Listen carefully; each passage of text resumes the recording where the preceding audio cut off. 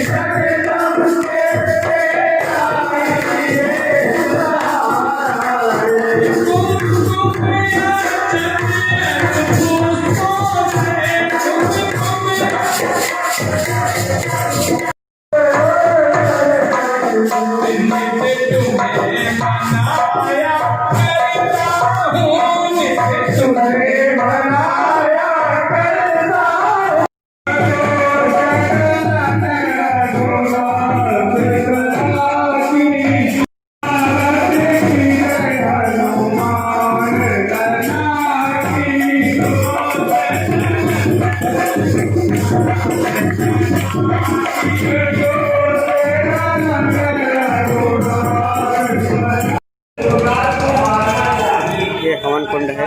नवरात्रि के शुभ अवसर पर यहाँ पे हवन कार्यक्रम चल रहा है। लोग परिक्रमा भी करते नजर आ रहे हैं।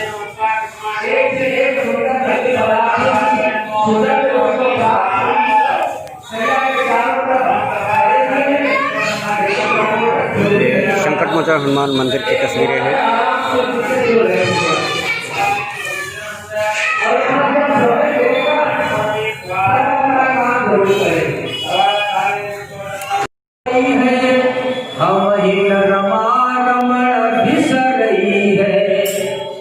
भगवान हमको बुलाएंगे नहीं एक क्षण के लिए, और वो दुष्ट अगर काटेगा तो निश्चित ही उसको फल मिलेगा। तो उदास नहीं देखा महारानी हीरावती ने, बड़े प्रसन्न चित्त देखा, मौत से डरना भी नहीं चाहिए, क्योंकि जब उसका आना तय है, निश्चित है, अपने समय पर वो आएगी, तो उससे डरने की जरूरत है क्या। तो अद्यो परमस्त युगांतरेवा युगांतरेवा, आज भी परम हो और चाहे कि वो युगों के बाद में हो। डरते में नहीं देखा तो महारानी हीरावती भी मगन हो गई।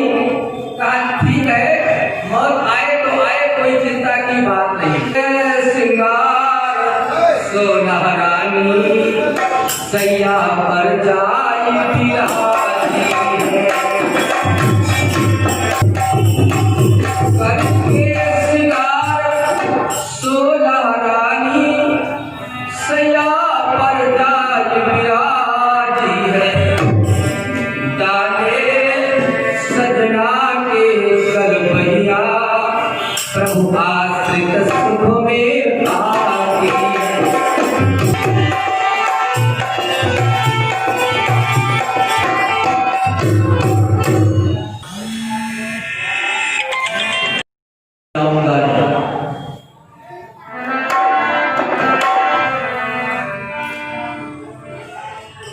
तो गिड़गिड़ाने लगी हीरावती और कहने लगी भैया अपना ही बिरना मोर तारो, अपना ही बिरना मोर तारो, अपना ही बिरना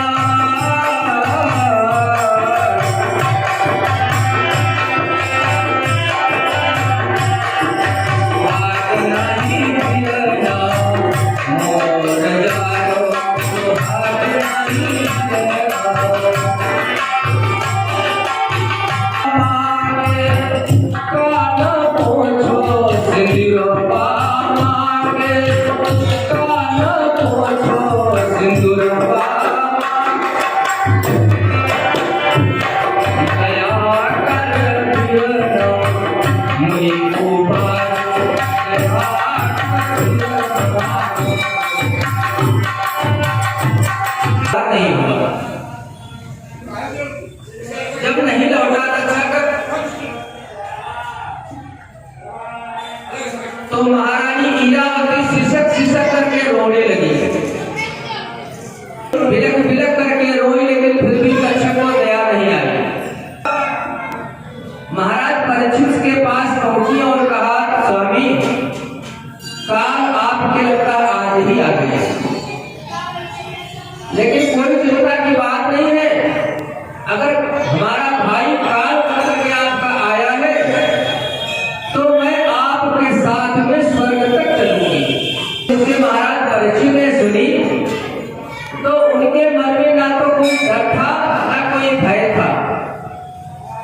भगवान के भक्त हमेशा आनंद में ही मस्त रहा करते हैं, क्योंकि उनका नाम ही विष्णुराज है।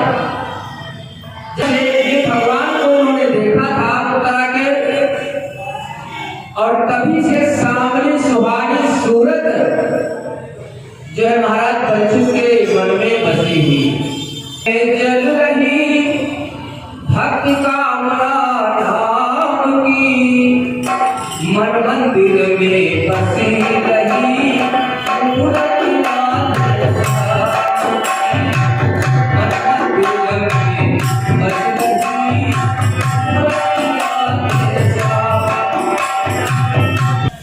चतुर्भुजी मूर्ति महाराज परीक्षित के हृदय में तो 24 घंटे निवास कर रही है, इसीलिए ऋषियों ने उनका नाम विष्णुराज रखा।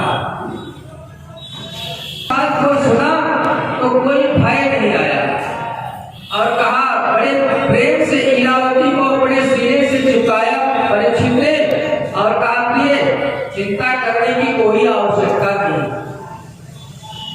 तक्षक अपना काम करेगा और मैं अपना काम करूंगा। हमेशा भगवान के ही भरोसे रहे। भगवान ने जैसे जैसे रास्ता बताया हमारे बाबा लोगों को, वैसे उसी रास्ते पर हमारे बाबा चलते गए। हमारे बाबा लोगों ने जो है पूरे भाव से भगवान को अपने लिए सौंप दिया था। मैं तो उन्हीं का वंशज हूँ, की आवश्यकता नहीं है, अच्छा मुझको काटेगा, मेरे मन में बसा हुआ है, जबान पर बसा हुआ है, मेरे तन में भगवान बसा हुआ है। निज कर और मूल फल पाई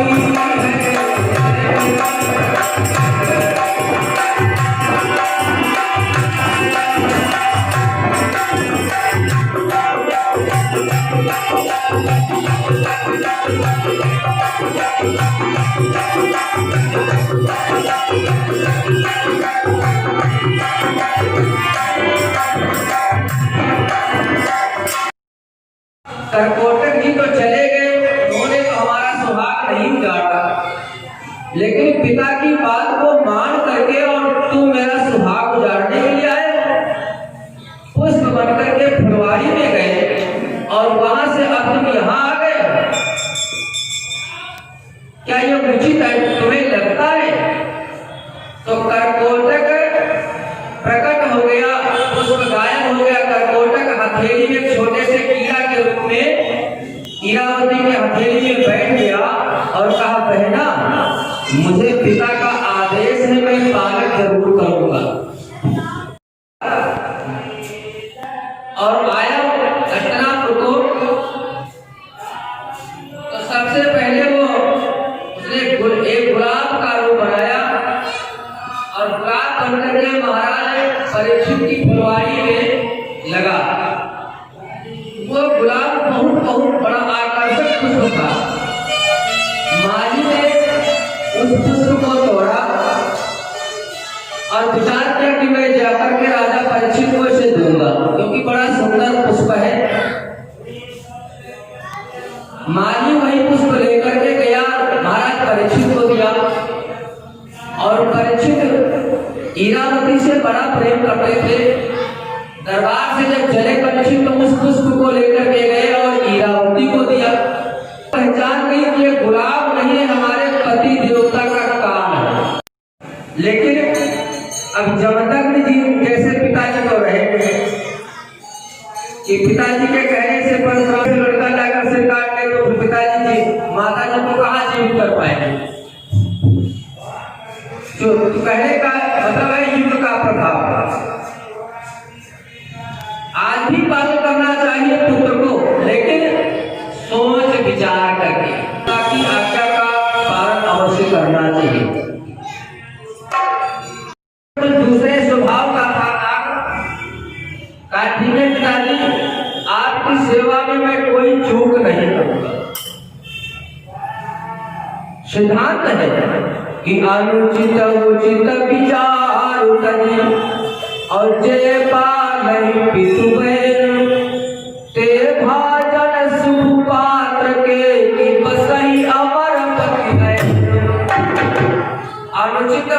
पर विचार होता है। वैसे तो ये धर्म बनता है कि पिता की आज्ञा चाहे उचित हो चाहे अनुचित हो, पुत्र का धर्म है कि पिता की आज्ञा का वो पालन करे। इसलिए हम वहां से लौट आए हैं।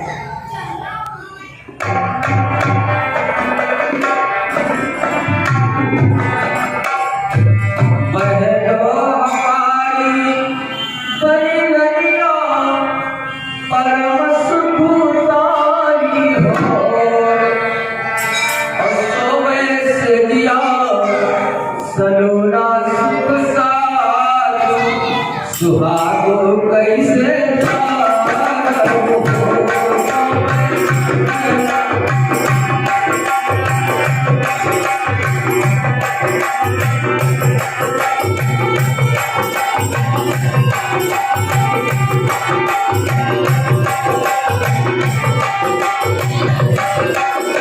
नहीं होगा। इतने सुंदर भगवान की कृपा से हमारी बहन का इतना सुंदर जोड़ बना हुआ है, मैं उस जोड़ में कोई विघ्न नहीं करना चाहता हूँ। आप हमें साफ देंगे स्वीकार है, आप हमें पातालपुरी से निकाल देंगे स्वीकार है, मृत्युदंड देंगे स्वीकार है, लेकिन परीक्षित को काटना स्वीकार नहीं। यूं कहकर के कर्कोटक नाग अपने पिता वासुकी नाग का महल छोड़ करके और वन को चला गया। तब वासुकी नाग ने तक्षक नाग को बुलाया, कहा कर्कोटक तो पूरा नहीं कर पाए।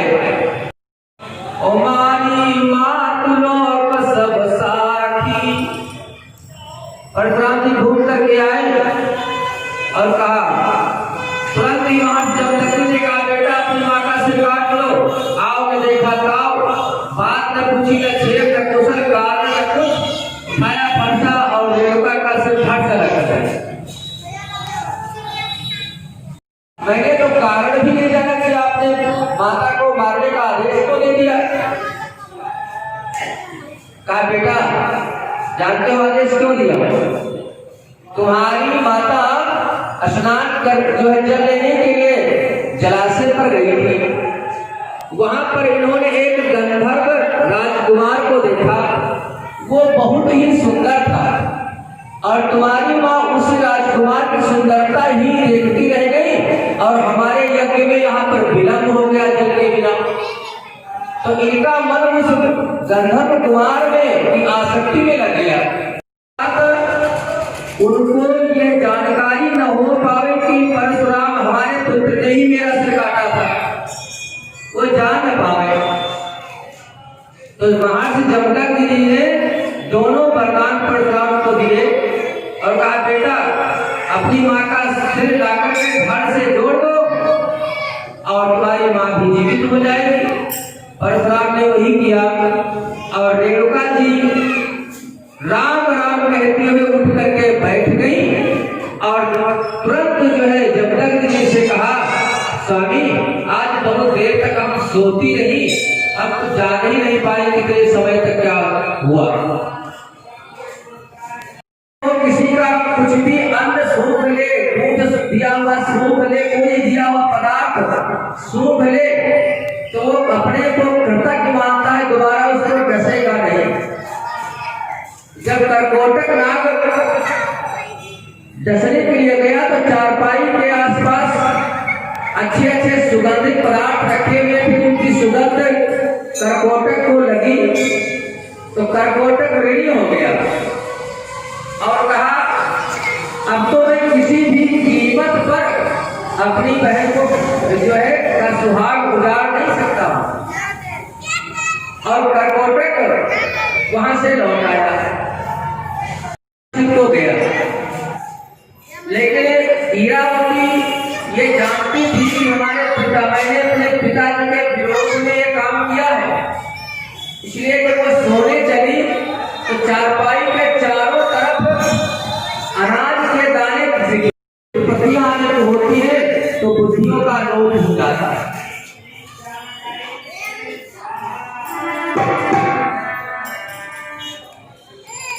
कर्कोटक